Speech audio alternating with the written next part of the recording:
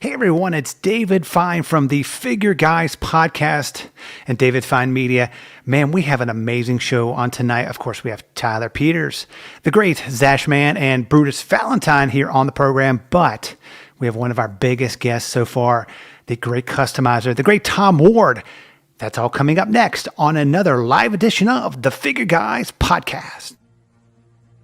Welcome into another exciting edition of the Figure Guys podcast. Each week, we sit down with the world's best figure customizers and figure collectors. Now sit back, relax, and enjoy another exciting edition of the Figure Guys. And remember, folks, playing and talking about your wrestling figures has never been this much fun.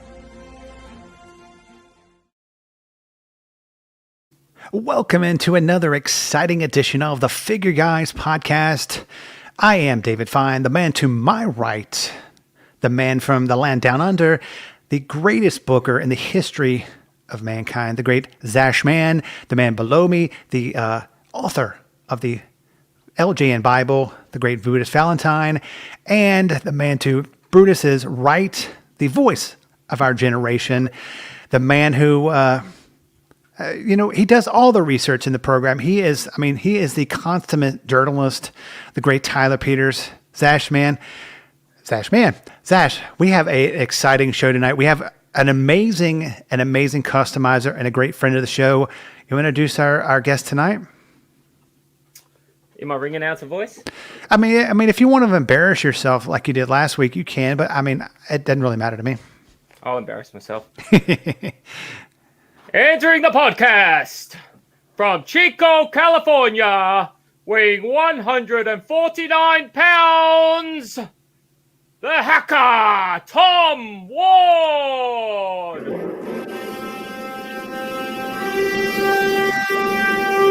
It's Ric Flair.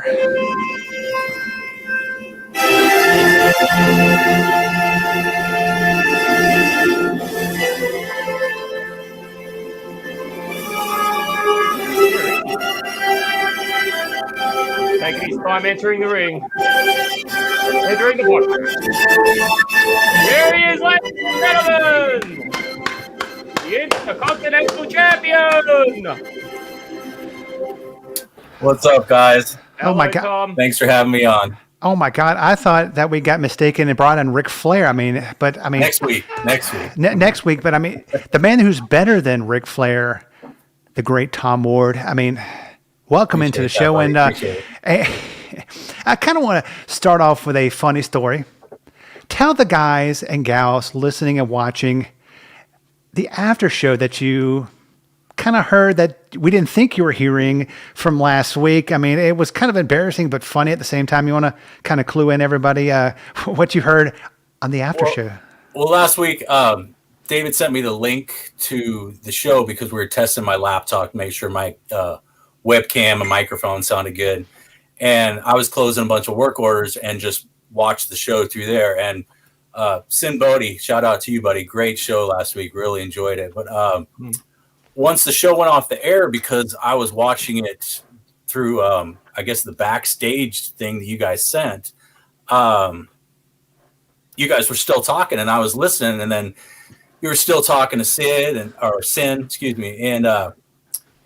just going on for a while, and I was just listening, doing my work, and then he went off, and you guys are still talking, and then Zash said something. I'm not going to repeat it because I don't want to get him in trouble. Repeat it. Go on. I've got nothing to hide. I'm an open book. His wife's not watching. Trust me. He was talking about his custom Liz that he's doing, who doesn't have any clothes on at the moment. He said he's gonna bring back the bush, which I thought was pretty funny. So I texted him real quick. And I just happened to be watching the screen when he was looking at his phone. His eyes got that big because he thought you guys were still live, and he's like, "What? How is he seeing this?" And it was pretty funny. You should have seen Tyler. Tyler was, red as a tomato. He was like, "Oh my God, I don't want to say anything embarrassing."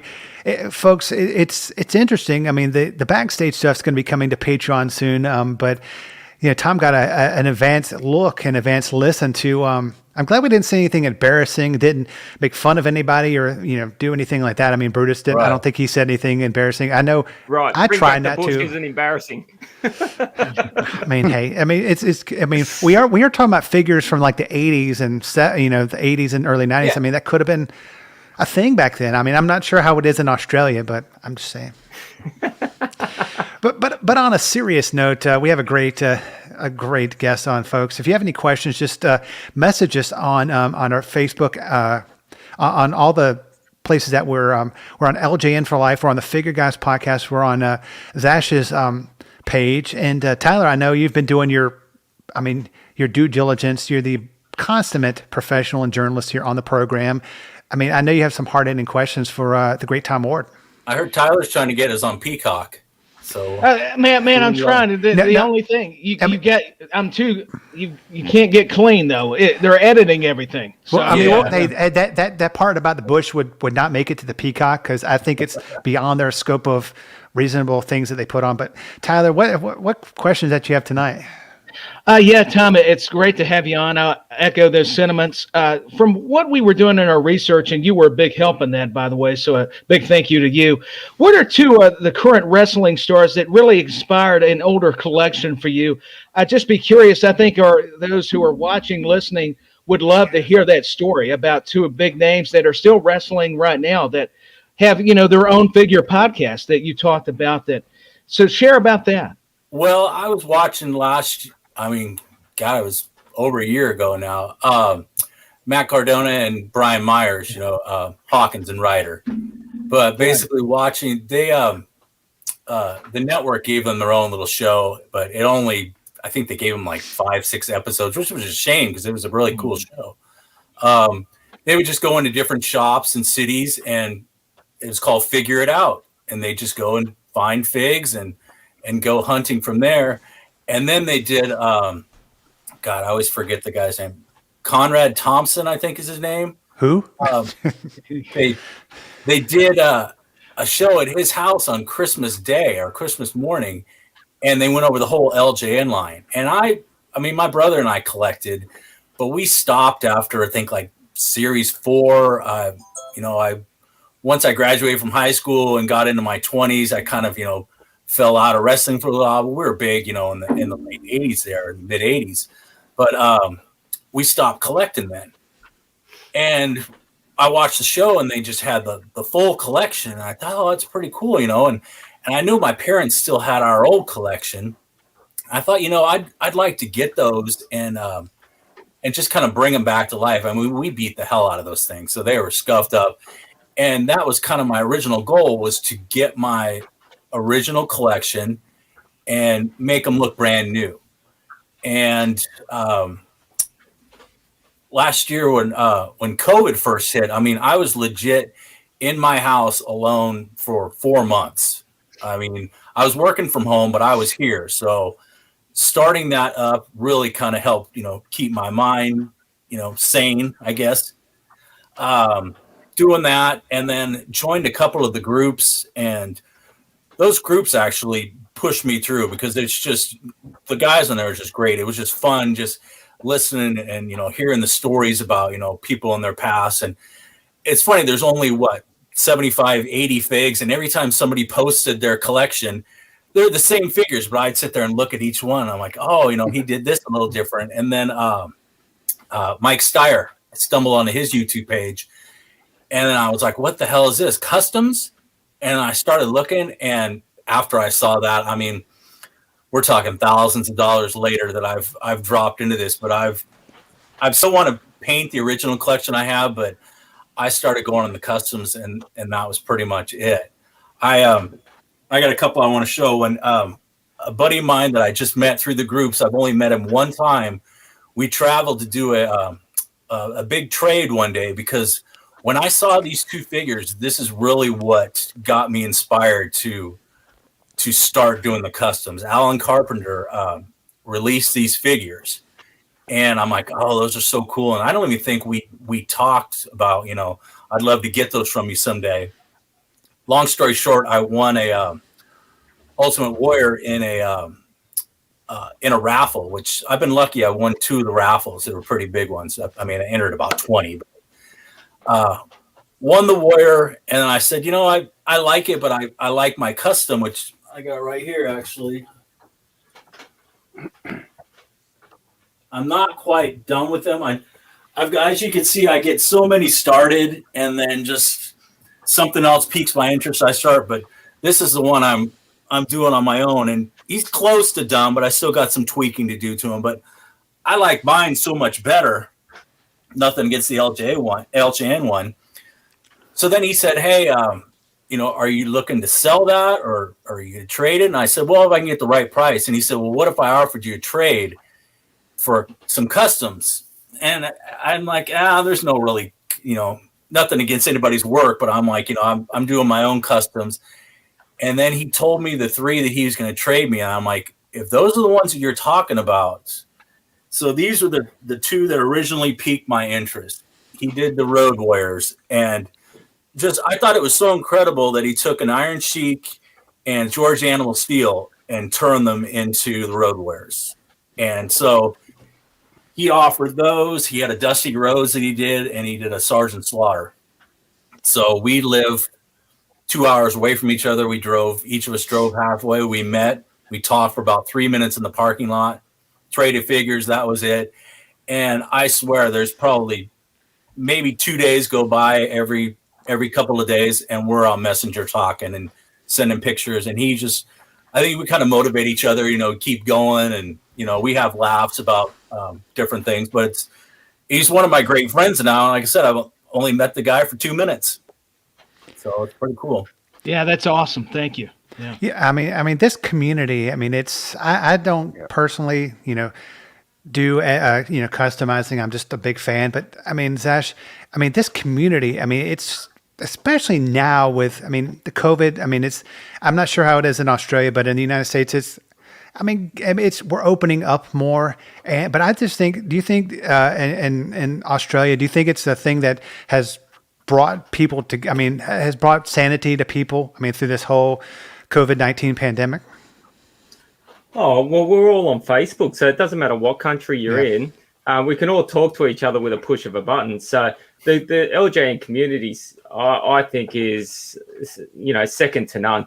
Like 99% of us all get along with each other. We're all good friends, and like the story Tom just told with Alan Carpenter, they actually drove an hour and a half each to meet up. And since they've met up in person, now they're talking to each other a lot more on Messenger. They've got the same interest. They can talk. And both guys are fantastic customizers, Alan Carpenter and Tom Wood. And so what that then does is they're sharing ideas. So Tom might learn something and share it with Alan. Alan might do the same with Tom. And then all of a sudden there's 2 people improving because they're talking to each other about it and they're sharing ideas. Instead of hiding their ideas, they want each other to improve. So that's what I'm all about, helping the next guy improve as well, not just worrying about myself. I think it's important that we all get better. And because nothing pleases me more than seeing another customizer's work where I'm wowed by it, and it might give me a few ideas as well. And the 2 of us, we kind of have an agreement too, where, we're real complimentary of each other's work, but we don't pull any punches. We say, hey, if you see something that you think is off, let me know, and vice versa. Cause we want to make it look the best as we can. So I appreciate his criticism. Definitely. Yeah. It's definitely, I think that's what brings us together. We're having LJN Customania coming up in July. Tom, do you expect to enter something in the competition this year? Yeah. I've got all 3 of mine are in the works. I did a tag team and I did 2 singles guys, so I hope that's allowed. But obviously, I'm not going to show them on here. But I'd say I'm probably about 90% done on them. So. And then I've done other ones in between here, which I got a bone to pick with Mr. Brutus there because I haven't. Hey, buddy, you knew it was coming. I hadn't entered that contest at Zash. It wasn't really a contest, but the cover for the month, I'd never entered anything, and I was pretty proud. I turned this one out, which I knew it looked good, and Alan, he said, "Oh, that's your best one you've done." And when I posted it, usually I get maybe 70 or 80 likes and a few comments. I swear within a couple of days, this thing had over 200. And I was like, damn, I should have entered it in the LJN for Life one. I think it would have done pretty good. So I ended up putting it on Zash's page, and it started picking up a little traction. I got 7, 8 votes on it, and I was in the lead there. I thought, maybe I'll win this thing. And then Brutus chimes in and said, I'll have a go at it. And before you know it, his were just ticking up 6, 7, 8, 9. And then each of us were we were tied for the longest time. And then let me show you the evidence that we have. Yeah, because I've got a bone to pick. Well, Brutus, can you show us your figure? Can you hold it up and show it? I think. Yeah. I could, but someone's borrowed it. So it's with a different person at the moment. I can hold mine and show you it's real. But this one I heard this is a real toy or what? This is a toy competition, isn't it? Right. Yeah.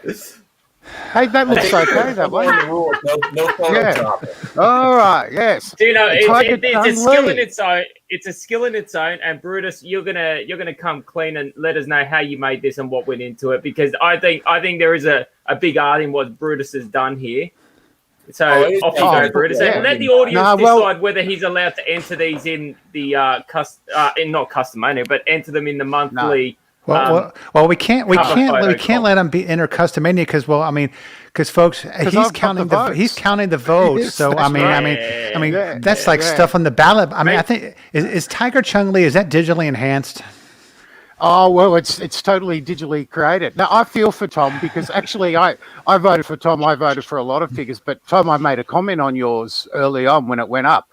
And people might not realize I actually don't engage much online. It's just a few things here and there. So, one word is worth a lot. I was very surprised by it. It's a totally digitally created custom. I don't have the physical skills to do what the customizers are doing. And I've been working on a number of these over the last 6 to 8 weeks because the plan book 2 is the guys who didn't get a figure. And about 80% of them have been made by customizers or are being made by customizers. But there's a whole bunch of lesser known guys who got a push at some stage. And Tiger Chung Lee got quite a push in 83, 84, less so in 85, that I need to also put in the book, and I'll need a figure for them. So it's up to me to sort of make them. And so Tiger, he came out pretty good. So I thought I'll put it up and just see what people think. I didn't think they'd like it that much. I didn't think they'd knock off the Russian bear, which is a mighty representation of a figure. And poor Tom, he's been laboring on it and dremeling it down and painting it up and getting it all right. And obviously I just, it took me 5 minutes to, put this together. So there you go. So do we have to now, for Custom Mania, make a new rule that one of the photos is you're holding the figure in your hand? Because if people are doing this kind of shenanigans, we want proof. I can actually make that photo for you anyway, and it'll look very lifelike. So that won't be an issue. What you need to do is ask for a side view.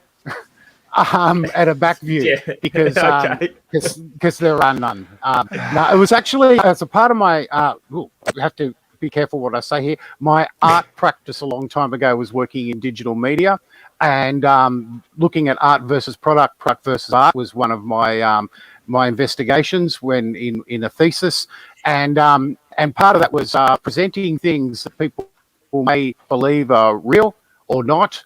Shifting 3D into 2D, shifting 2D into 3D, and vice versa. And so I'm actually using some of those skills. But I'm the guys who do this in 3D, do it for real, can't be beaten. But all these things live in my head, and that's fine. Yeah, it's like you said in the contest in LJN Custom Mania, which is coming in July, you have to take pictures of it. Actual pictures with and put them up online, or we have a foolproof method of getting people that are not digitally enhanced. We want this to be fun. This is going to be amazing. We're going to have some great prizes. We're going to have a new prize just for the winner. that they can put on the wrestling figure. The LJN. We'll be talking about that in the next couple of weeks. But Zash, I mean, do you have any questions for the great Tom Ward? We've got 10 watchers watching at the moment. Let's see some questions for Tom Ward, guys. He's a fantastic customizer. I've watched him grow over the past probably, I think it's about 2 years. I've been watching you go, 1.5, one. Just came up on a year.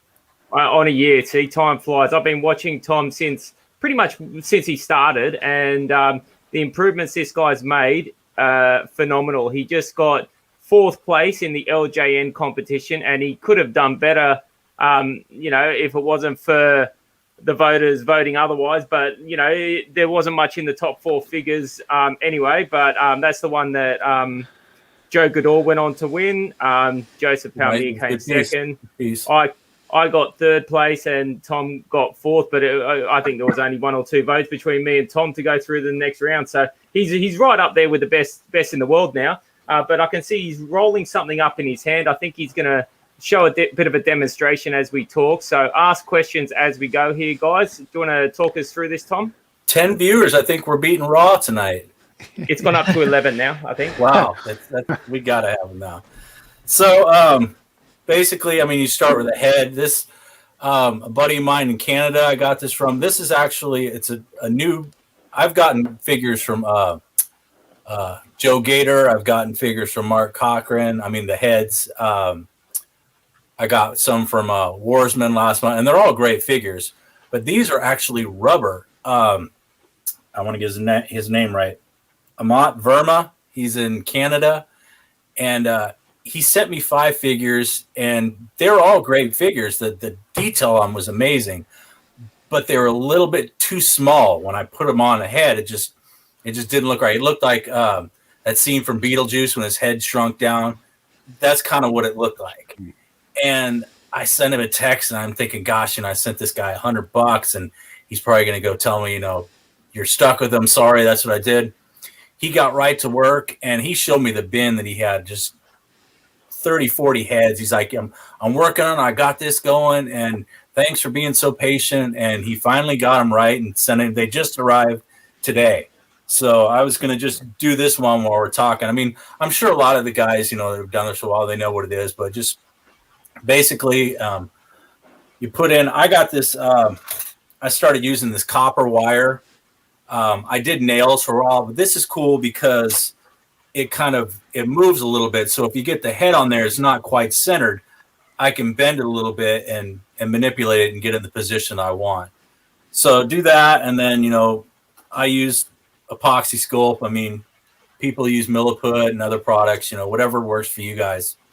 I prefer this. So I just kind of put it on there and then put my head on. And then from there, make sure it's centered. And then where is inside the head before you put it on, Tom, what did it look like? Was that sealed or was it hollow inside the neck? These are sealed. Can you take the head off and show us it underneath it? Okay, so you drilled a tiny hole in it. Sometimes I get some of the heads I had. I had one here. I did a Ken Shamrock. It was hollow in here, so I fill that with Milliput, let it dry somewhat, and then I start this process. Some of the other ones, this is a Piper that I have. This one's already filled either, but this stuff, I mean, nothing against it. It's great. I've used them on 20, 30 figures. You kind of have to sand it down. What I like about these, because it's rubber, the razor blade cuts right through it. So I trimmed it in less than 5 minutes to where I wanted it to go. So it was a lot nicer. I mean, so basically do that, put the head in there. And I leave a little room. I mean, you don't want it right on his shoulders. You got to give him somewhat of a neck. And then I started using this product. You can use water. This is a safety solvent. Basically, it works just like water, but it doesn't break down the material. Water, if you start doing it, it'll start eroding and wearing away at it. This keeps it all intact and just kind of makes it like a paste almost that you can just manipulate. You can get it real thin and then just put it into corners and, once I start going, and I get it going, I'll dip a little on the paintbrush and then just start going like this and smoothing the neck out so you can't see any lines or in it. Because, for me, sanding is the worst part. And so the less sanding that I can do, the better. So, how strong are your heads when you've put them on and they're completely dry? Have you ever made a mistake or decided you want to change it and snapped one off to see how hard it is to snap it back off? I've done that a couple of times. Actually, I did that with I'm working on an Eddie Guerrero one, and his head was sitting up too high. I came home one night and I was looking and I said, gosh, that head's sitting up too high. So I twisted it and turned it, got it off there, started trimming it, and damn near took off the tip of my finger with my X-Acto blade. Finger wouldn't stop bleeding. Went down, the urgent cares were closed, had to go to the ER, spent 15 minutes in there, and I got a bill for about $875 for that 15 minutes. So Eddie Guerrero's kind of on the back shelf right now. We'll get to him when we get to him. Lucky that's got a rubber head, huh? Yeah. So what you're saying is they're pretty strong on there once they're on? You haven't had any problems with it cracking or anything like that? No. Mine are just for display. I don't know if kids are playing with them, how long those are going to last, but for me, it does the job. Like all I play with mine. The silence after that. We can't tell if he's serious or not. Tom, we have a question from it's Carson watching on our YouTube channel. Just type in the Figure Guys on YouTube, and you'll come up with our past 11 episodes. What is the longest one figure has taken you to make? It's tough to say because I don't know if it's just my attention span or what, but I'll get going and really jazz on a guy and going, and then I'll kind of hit like a mental block with them or something else. Like one day I was working on I still have it here. He's damn near complete, but this Owen Hart, he's been sitting there for about 5 months now because I was working on him, and I always I'll throw on old WWF. I don't know if I could say it on here. In the background, just listen to. I love listening to Monsoon and Heenan. They made that era. Just listen to them do commentary. The guys today, it doesn't even hold a candle to them. I agree with you. Yeah, they were awesome. They were the best. But I was listening to it, and then the Rockers came on, and I had two of the Rockers' heads, but I hadn't got to them yet. And once I saw the match, it was just like something clicked. I grabbed a couple of Bulldog beaters that I had. The heads came off, and I started working on the Rockers, and I pushed all the way through with those. So generally, I'll get going, and like I said, hit a bump. And what's cool is I've had some where I couldn't figure something out, and then a couple months later, I'm like, I'm going to try this, and then end up finishing it. The Brain Busters I posted a little while ago, I put jackets on them, and it was kind of tough. I reached this point, and then I was going to bed one night, and I was just thinking about something, and I'm like, I wonder if I tried this, and it worked, and I ended up finishing them up. So I'd say the longest, if I really stuck to it, was maybe a month. But like I said, generally, that Ivan, when I started him, that maybe took me about 2.5 weeks. So it's fascinating. It depends on how many hours you're spending on it a day. To me, when someone asks how long does it take you to do a custom, I think the best way to explain is in hours, how many hours you've spent on it, because some people can spend 1 to 2 hours a week on something and it can take them 6 months. And then other people can spend, 8 hours a night and not get any sleep. Obviously, it's going to be finished a lot quicker. So I think in hours form is probably the right way to explain how long the custom took. And Mike Steyer, I saw your comment. You can't see my floor, buddy. I got a floor covered with beaters and arms and legs that just sit over in a pile. So, well, we've all seen Mike's workplace, haven't we, Mike? And then a question I've been getting from some people offline, how's the Elizabeth going? Have you, has she been dressed yet, or is she still, as they would say, in the buff? No, she's in the buff, mate. She's sitting next to my custom of me over there. He was doing something with it in the after show last week too. You could see him kind of. I don't know if it was consciously what you were doing there. I don't know what was going on there, mate. There's them two figures. They're weird. I mean, I don't know if that's how two figures make a kid figure. I'm not really sure, folks. But wouldn't it be a good looking?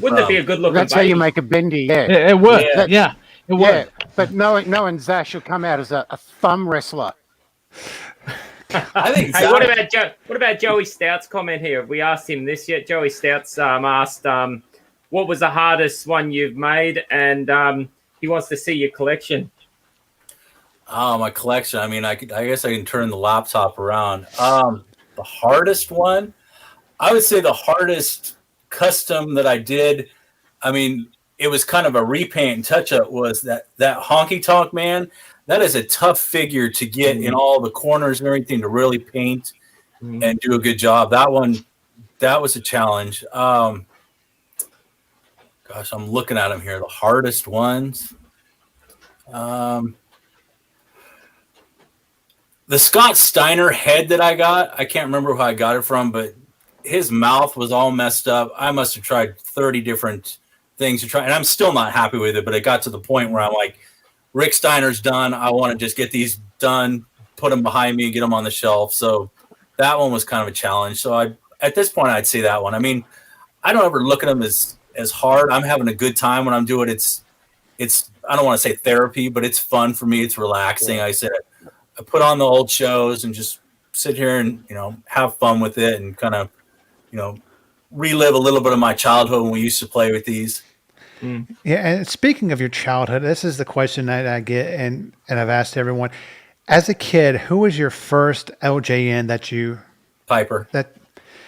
And did you grow up? I mean, this is another question. People ask me, did I grow up watching wrestling? I'm like, hell yeah! It was a great way to just kind of like distraction of life. Did you grow up watching wrestling? I mean, was it something that you loved as a kid? I came into wrestling. WrestleMania 1 had just finished.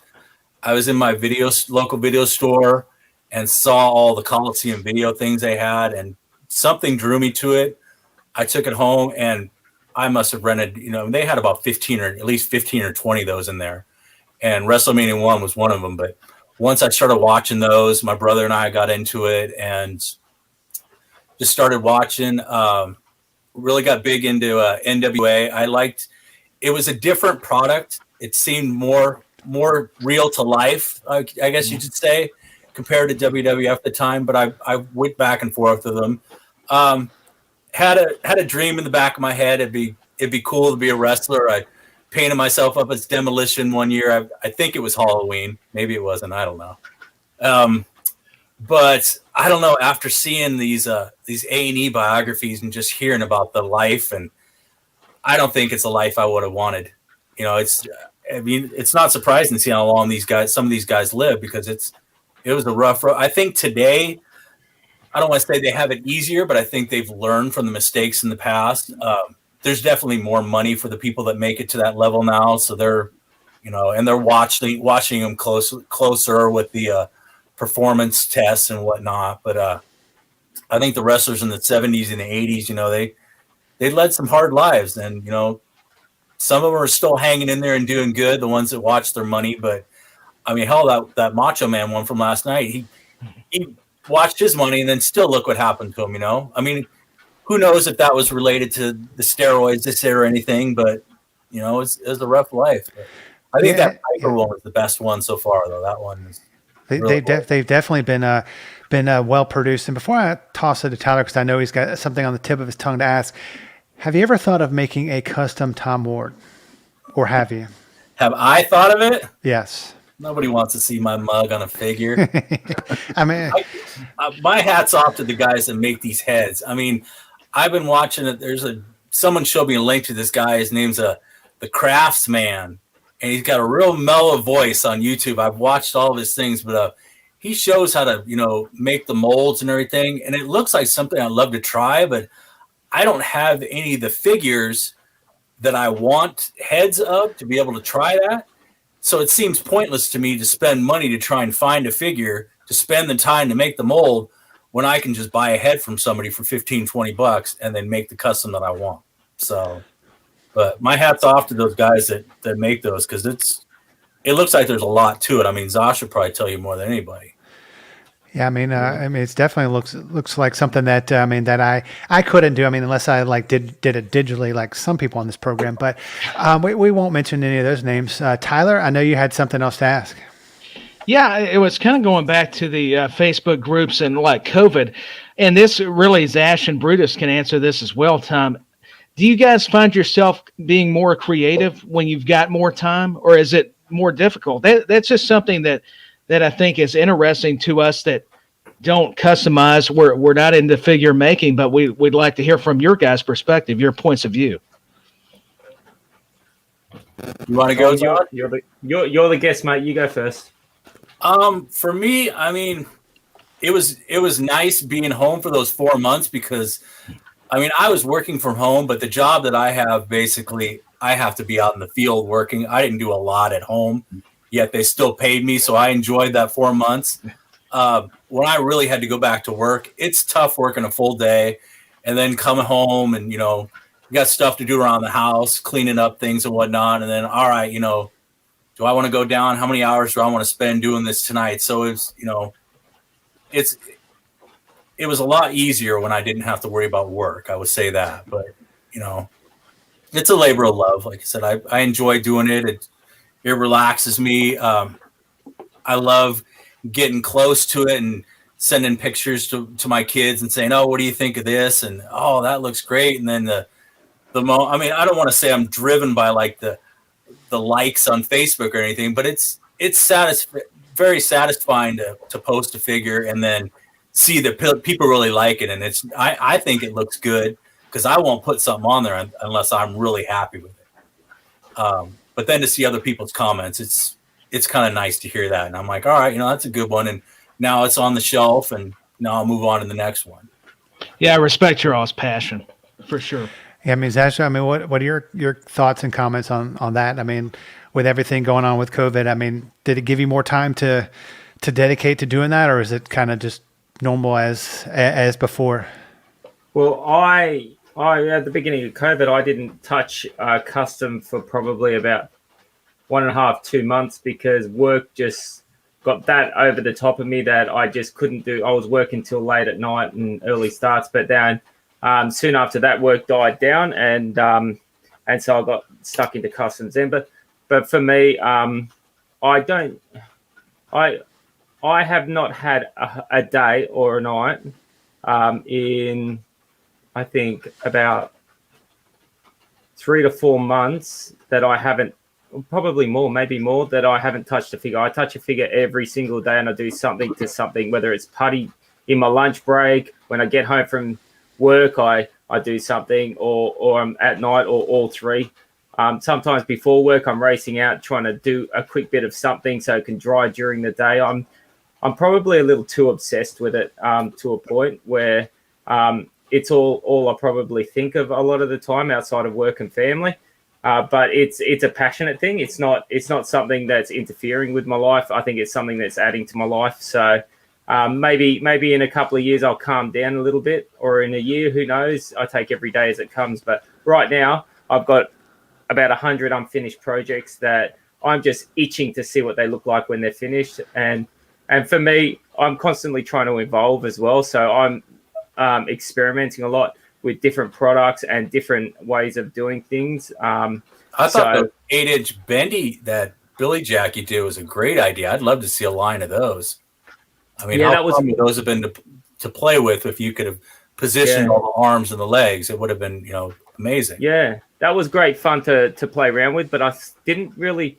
Well, no, I'm not saying I won't do it anymore, but I don't see any difference in if I'm. It's kind of like the man landing on the moon. Why would they keep going back? when they've seen it. You know, it's one of those things. I don't know if there's going to be much difference in between figures. They're too expensive and too time consuming to sell.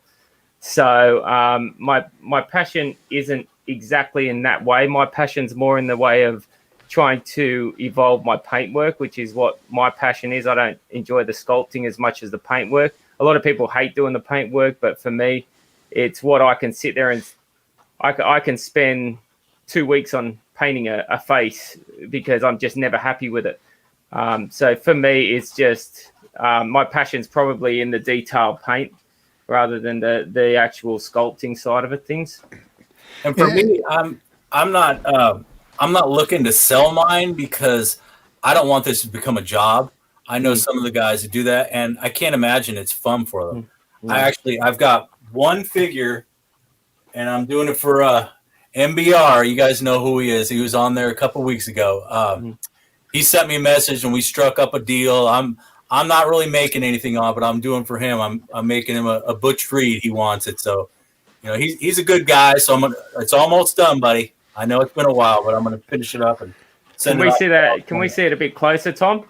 Just put it closer to the camera. I like the look of that. That's cool. Very nice. It's similar to the one I did for myself. I changed it up a little bit for him, but yeah, Macho Man figure. Cool. Brutus must have he must have not paid his electricity bill. He decided to go away. But no, I mean the Mexican Burt Reynolds. I mean he is a guy who is loyal to the show. He is a good guy. We have an amazing comment from YouTube from Joey Stout. Do you feel yourself getting burnt out from making customs? And if you do, how do you deal with that burnout? I haven't got burnout yet. Honestly, I love a big passion of mine. I started playing in 2014, tournament poker. I probably played at least 2 times, maybe 3 times a week. And I haven't played a game since February of last year because they just now reopened the poker room, but we can't have enough people at the table to do tournaments yet, so I'm still waiting. So this is kind of taking the place. So I'll still continue to do this, I'm sure, but no burnout yet. I mean, Sasha, I mean, have you had burnout? I mean, if you have, how do you deal with it? Yeah, I've had it a few times, but they're only short-term burnouts for me. Mainly when I got too many orders I've taken, and I'm just painting the same figures. Like, yeah, sometimes I couldn't imagine doing that.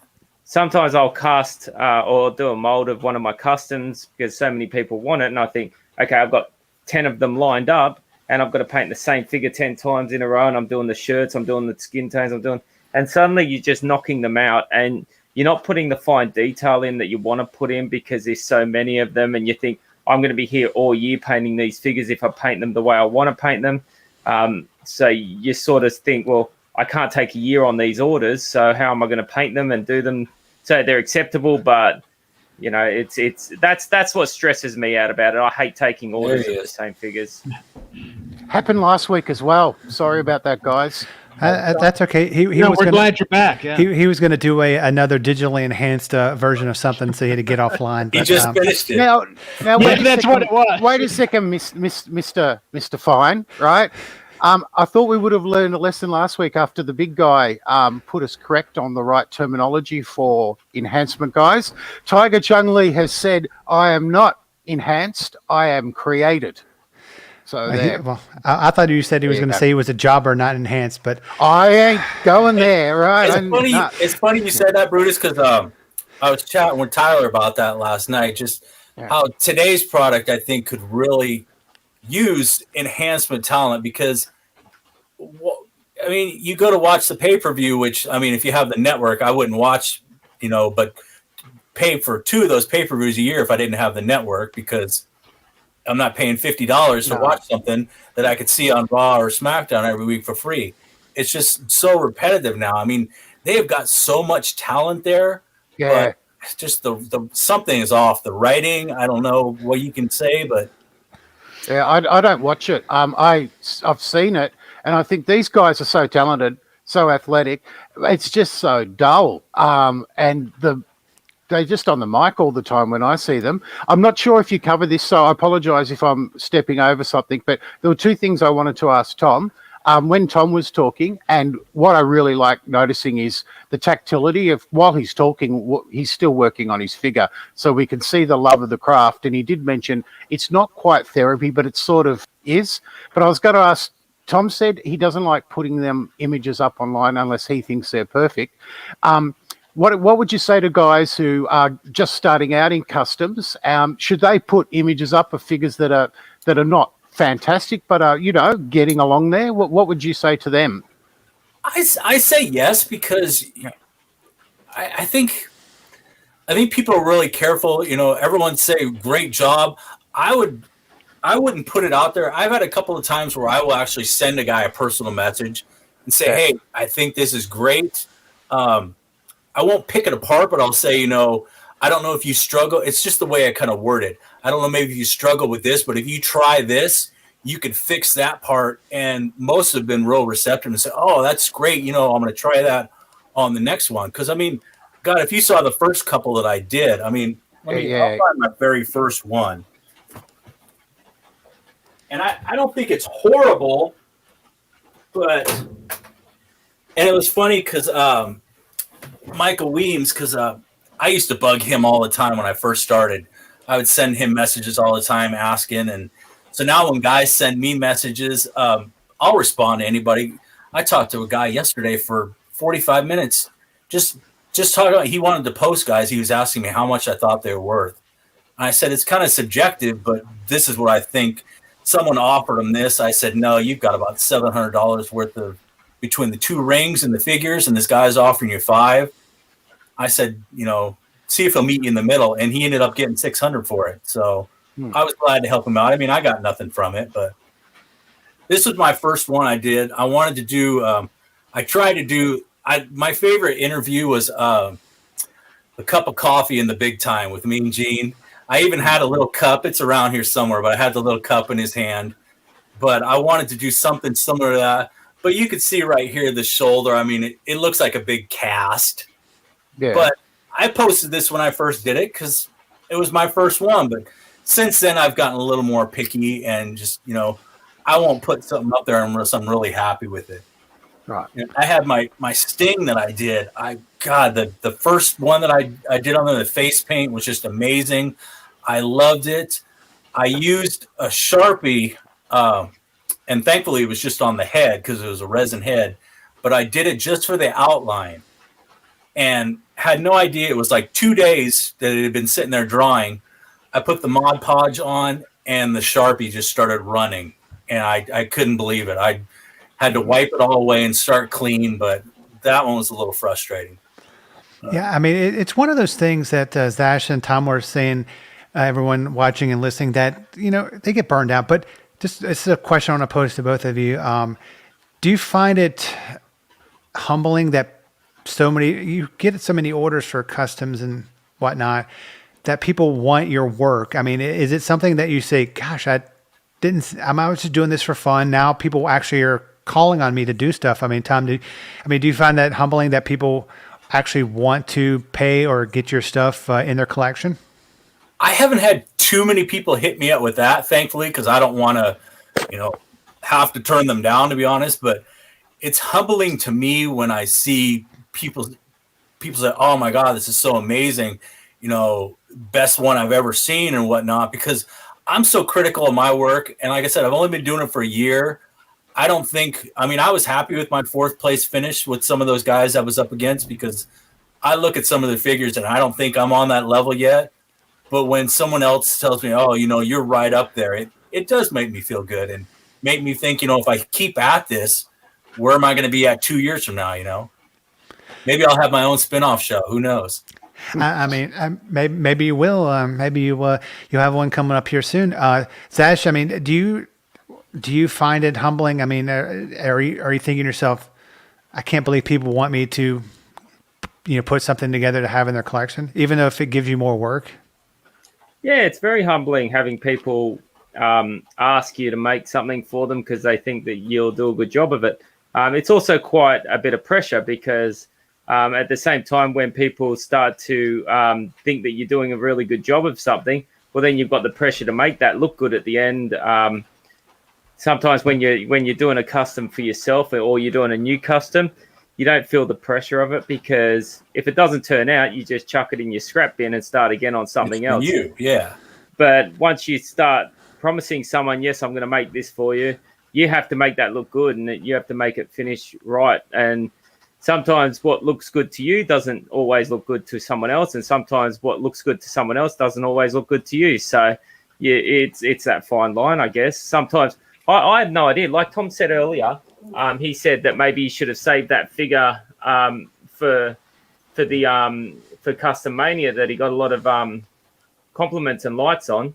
That happens to me all the time. Sometimes I don't know something's that good, and then you put it on there, and maybe it looks better in a photo, or maybe sometimes they look worse in a photo, because a photo can pick up every little imperfection on an image if you're taking crisp, sharp photos of it. And so, sometimes you just can't pick what people will like and what they won't like.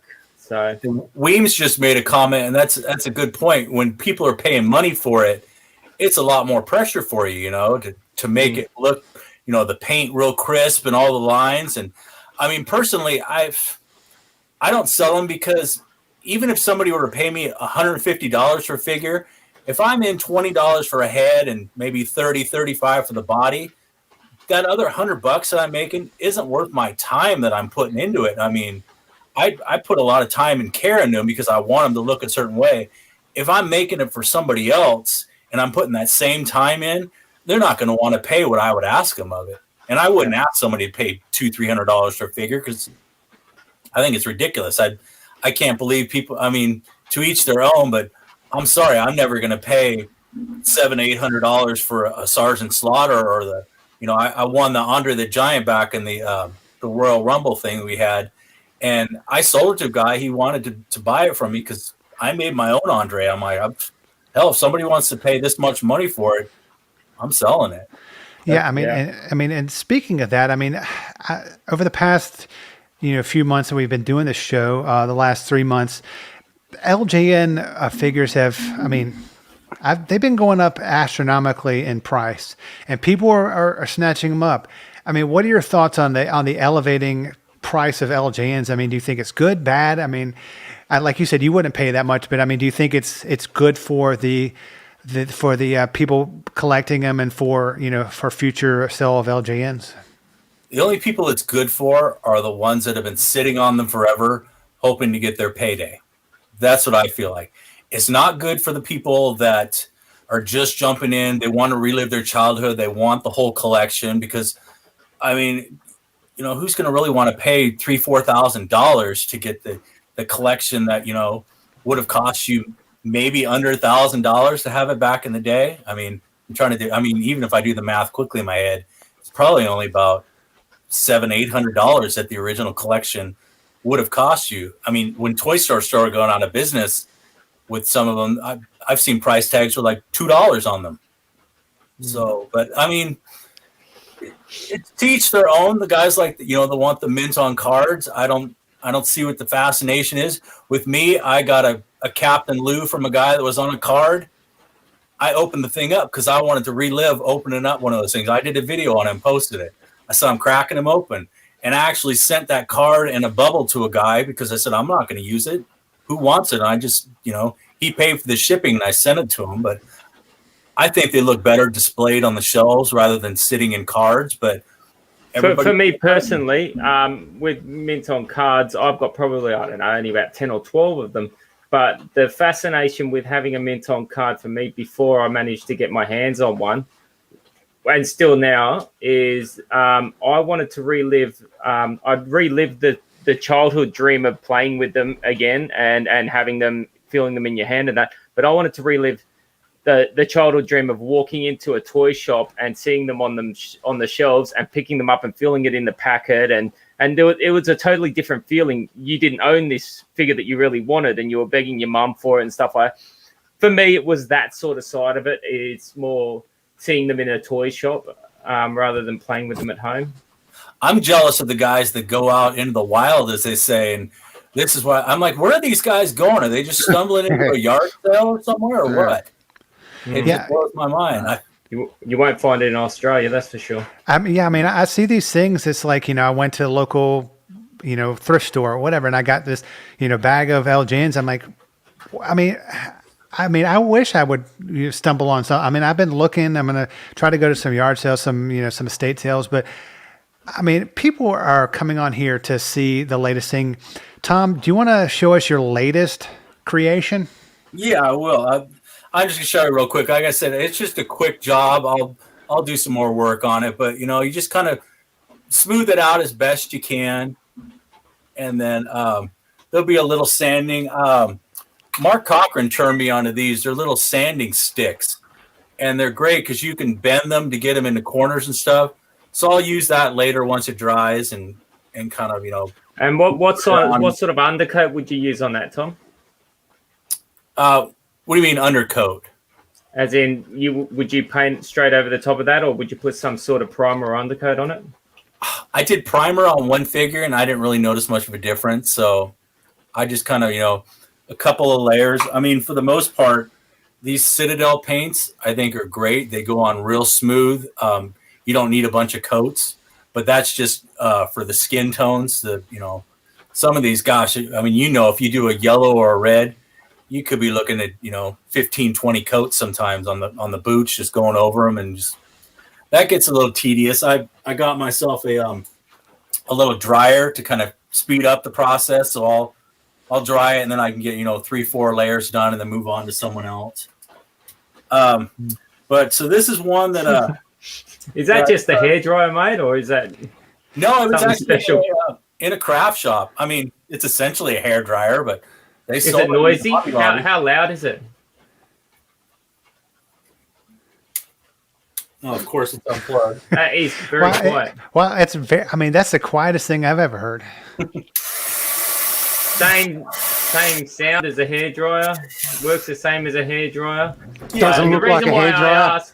Because I do my customs at night in the TV room. We haven't got a very big house, and people are asleep all around. So if I put a hairdryer on, it's probably going to wake the whole house up at night. So you don't do your stuff out in the shed? For guys starting out, that's daytime. These are definitely a must. You got the little light on them, but this is how you get the paint, the real crisp lines, and you get them in there, and you got to take your time with them. I mean, if you rush, it's not going to look as good. That's just my opinion. You take your time with it and watch your strokes, and that's I'm just striving to get the best that I can. So real quick, I took this. I got this head from Mark Cochran, and it was kind of the new version of him, and I wanted the old school. So I ended up epoxying hair on him, and I put sunglasses on him. But we'll see who'll be the first to spot the figure that I used on this one. So. Oh, that is a good rock. Well, that looks like Ricky Steamboat's legs and there you torso. go. That's just a straight Steamboat. Yeah. I took and switched the hands out, and then I took the microphone off of Mean Gene. I originally, when I put it on, I had his head going forward, and something just came over me, and I'm like, you know what? If I turn the head to the side and put the microphone in, and so if you really look at it, you can almost hear finally. Yeah. Dude, it's are you quite sure you shouldn't have saved that for Custom Mania? It's quite a dynamic figure, that one. I mean, just changing an angle, because most of them are static poses, and we've seen the same 70+1 poses, and actually there's fewer poses over and over. You can actually see the movement. I'm getting this on delay on LJN for Life now with you holding it up, and you can actually get that movement which you've embedded into a still figure. So that's quite a task. Yeah, I hope that is in Customania, but anyway. No, it's not. I'm happy with the three that I've chosen to enter. I think they're really good. Obviously, that rock, a kid's not gonna be able to pick that up and play with it. What are you gonna do? He's holding the microphone. He's turning to the side. He's not ready for. But and that's kind of a few of them that I've done. I like the putting ring gear on them and just giving them a different look. So this is a whole new world, Tom. These are customs, in my opinion, and no one's going to play with these anyway. So if it looks unbelievable on a shelf, then you've done a great job of a custom. And that one there, mate, I don't think you can really beat that. I reckon it's a fantastic job. So big round of applause for that one. That's fantastic. I mean, tell my kids if they want to come see their inheritance, they can just look in my cabinets because this is it. I mean, and speaking of, I mean, I'm going to ask Brutus this. I mean, because he has a book, or he's published a book coming out, the Has book. Tom, do you think Hasbro's and LJNs? I mean, Hasbro's are more playable for kids than LJNs. But speaking of that book, Brutus, you want to give a little information and an update for everyone listening, and when it's going to be coming out, and any other detailed information? Yeah, thanks for that, David. Grenville Nash's Hasbook is now at the printer, which is good. My printer here in Australia turns around print quite quickly compared to printing overseas. You're not going to be waiting 6 months. But then, of course, we've got to get the bulk of the books up to the US. So we're hoping for about, let's say, the last week of May, just to be sure. Things could go wrong, but if things go wrong, it's only going to add another week. Pre-orders are open now, and you can find it by just looking for thehasbook.com. Yeah, I pre-ordered mine with Grenville Nash. Yeah, I mean, it's definitely going to be a great book. I mean, Greenville's a great guy. He's the guy who created that logo that you see in my monitor. He's a great guy. If you want to hit him up for some logo design, if you're looking to expand your business, if you're watching and you have an idea. But I know Tyler had something just off the tip of his the old journalism brain. Yeah, Tom. I just wanted to go back to modern wrestling today. It's very interesting. It is still. What is a certain storyline or star that you want to see pushed? If you kind of had the book, fantasy booking, and hand in creative, I'd be interested to know your perspective on that. Who's somebody that really catches your eye? Yeah, you put me on the spot right now. Honestly, I can't think of something. I mean, I thought I enjoyed Seth Rollins' work. I mean, he doesn't need a push, obviously, but I thought he did some great stuff early on, and I think he's going to be around for a while. I don't watch much of the NXT, but I feel like I should, because that's where they're getting all their talent from. And he was kind of annoying to me at first, but I feel like I don't know if anybody knows where they're going with the story right now with Riddle and they just teamed it with Randy Orton, and it's kind of like a comedy thing. I think and everybody's expecting Randy to turn on him. I think seeing Riddle turn on Randy and go full blown just dick heel would be great, and just lose the comedy stick. I think they'd have really something there, because I watched the documentary they did on him a couple of years ago, and him coming out of MMA. And I mean, he's a serious fighter. Mm-hmm. He is. No, he's legit. And I agree with you. Change the dynamic, because we've seen Orton. He's a great heel, but why not try Riddle? And I'm with you. The comedy thing's hurting him, I think. He's got to be that killer. That's what we need, yeah. Well, I mean, I think that match with Bianca and Sasha definitely, even though the triple threat the next night was pretty good, I think it stole the whole show. I think she's a hell of a performer. Some of those women, I think Mick Foley said he thinks they should give them their own division. I think that's going a bit far. I don't know if they get a lot of eyes on that, if it was just the women, but they've definitely come a long way.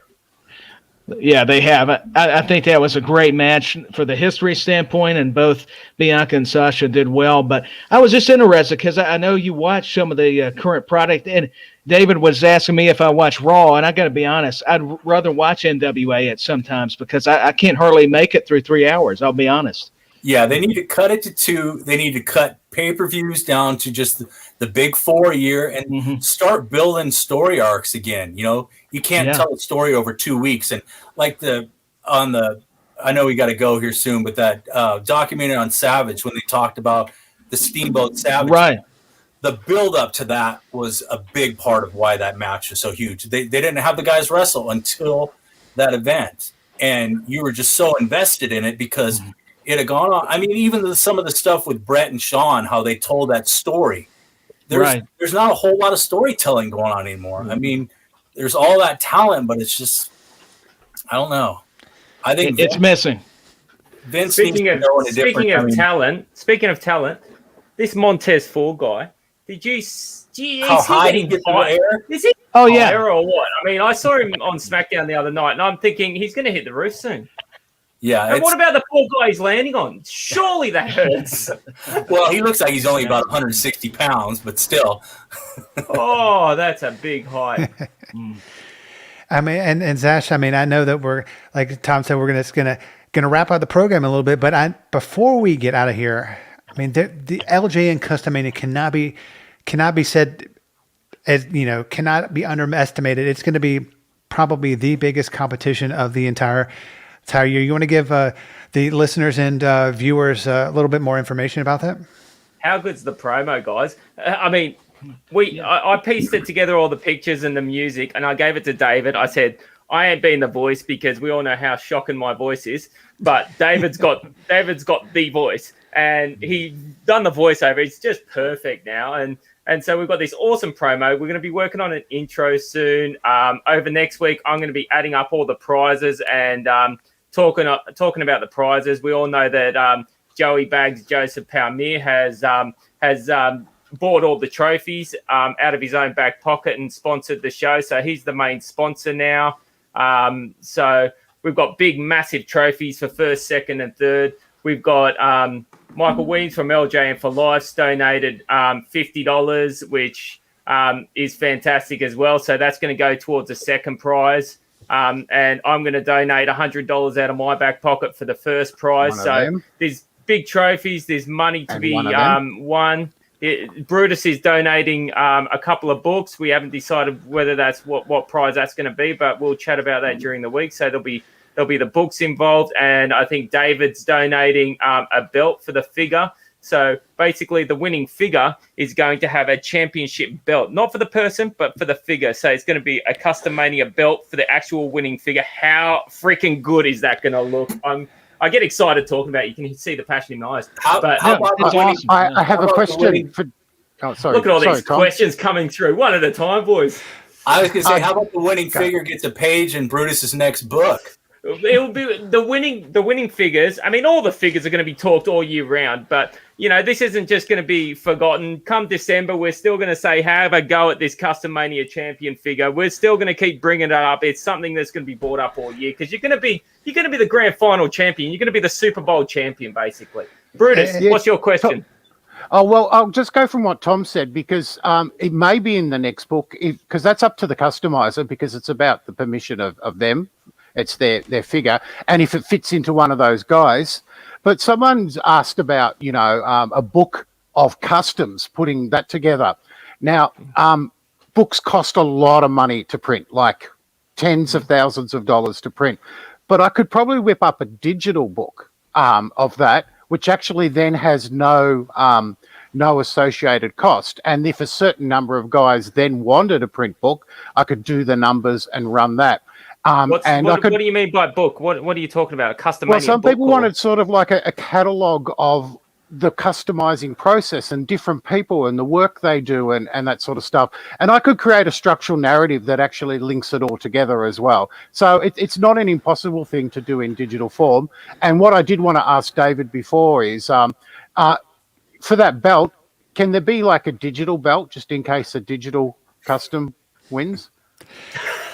I'm gonna act like that question was not asked but folks, but folks, like Brutus said, we can make a digital version of the book because we all know that he's the master of digital, manipulation and whatnot. But I mean, he is great. But I mean, also, folks, I forgot to mention that Brutus is also supplying certificates. Sorry, David.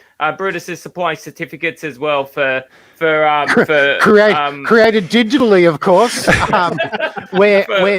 Explain that for me, Brutus. Okay, so we've got certain figures where the judges will pick in categories. We haven't decided exactly what they will be, but like highly commended prizes, like best old school, best paint only, best characterization.